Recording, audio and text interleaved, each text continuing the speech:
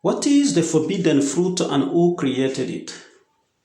The forbidden fruit is what is known as the fruit of the knowledge of good and evil.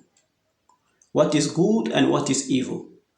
The answer to this question depends on a perspective and understanding of each person, because every person has their own way of seeing things. For example, if I write down a letter W, I only see it as a letter W because of my position and understanding. The person on my opposite side will see it as a letter M. The one on my left side will see it as the number 3. And the one on my right side will see it as the letter E. Therefore, always consider perspective and position when trying to define and judge good and evil. Looking at what God created, we will notice that after the creation of everything, God declared them good and very good. Not forgetting that even the angelic world was created by God. Therefore, everything created by God was good and very good. But the goodness in the creature was judged based on the service assigned to them, which is the purpose of the reason why they were created. Every creature has a service to render to God, who is the King, for every creation was created to serve and worship the Creator as King and Lord. Who now created evil? Evil was created when a new perspective was expressed, not considering that God is a king and dwells in a kingdom. What is a kingdom? A kingdom is a system of governance that is limited to one family, from father to child.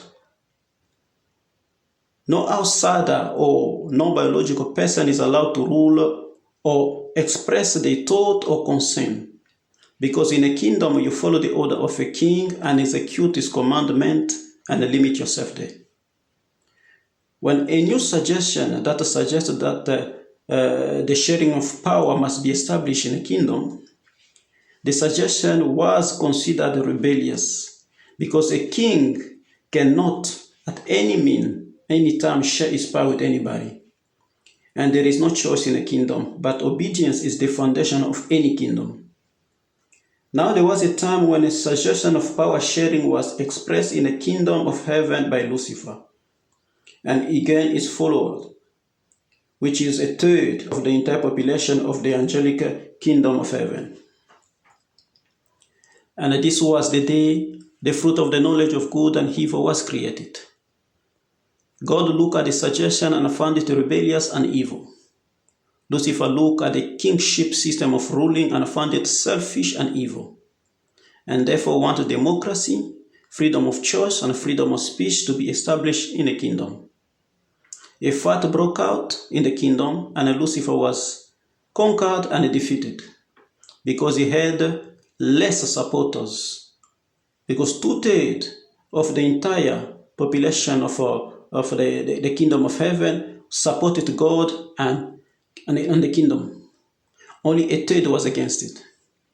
Lucifer and his supporters was kicked out of the kingdom of heaven and went down and established his kingdom above the stars. Lucifer, who wanted democracy to be established, chose to form a kingdom rather, and changed his name to Satan, which means the adversary. So he vowed to fight against God and his kingdom forever.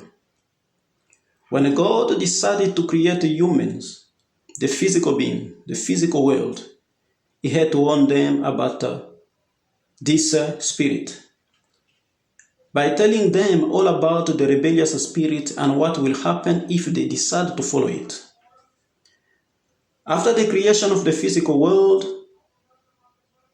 the furious and defeated Lucifer, who is now known as Satan, decided to incarnate in one of the animals known as serpent or snake, to appear physically to the woman and talk to her.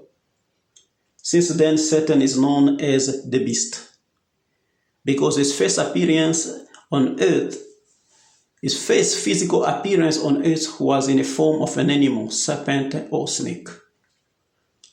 It happened that the serpent convinced them, and the knowledge of freedom of choice and democracy was established in them, and they started running from the presence of God because they wanted to be free. Check this out. When a parent calls a child and the child hears but refuses to respond, it is considered as disrespect, and therefore the child deserves a punishment. This is what happened. God took them to judgment and judged them. They blame each other. Unfortunately, it was too late because the knowledge was already established in them. God, noticing that and realized that this knowledge may push them to decide to gain knowledge of life eternal and refuse to live in time as the image of eternity. For time is the image of eternity. If this happens, there will be no difference between man and God, because both will live for eternity. So God decided to protect the knowledge of life eternal by kicking them out of the kingdom, which is known as the Garden of Eden. Since then, the world is experiencing the effect of the knowledge of good and evil. Everywhere in the world, there is a fight and a disagreement over power, and good and evil still remain the result of a personal perspective and how things are seen according to personal point of view and understanding.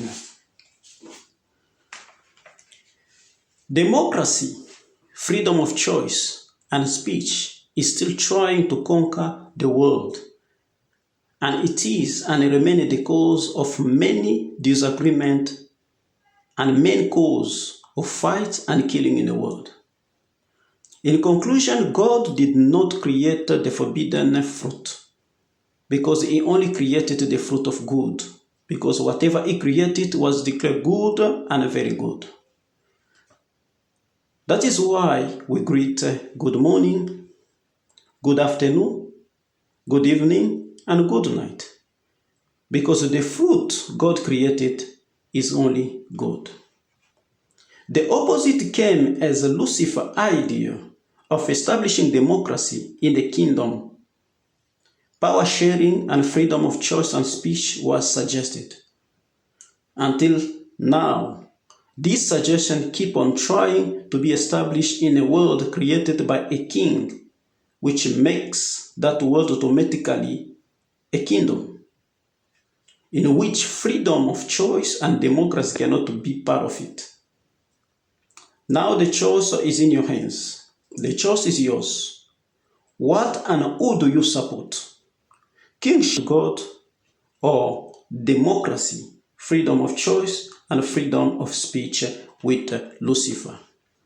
Give us your thought in the comments box so we know your position. Who do you support? Do you support kingship and kingdom, or do you support democracy, freedom of choice, and freedom of speech with Lucifer?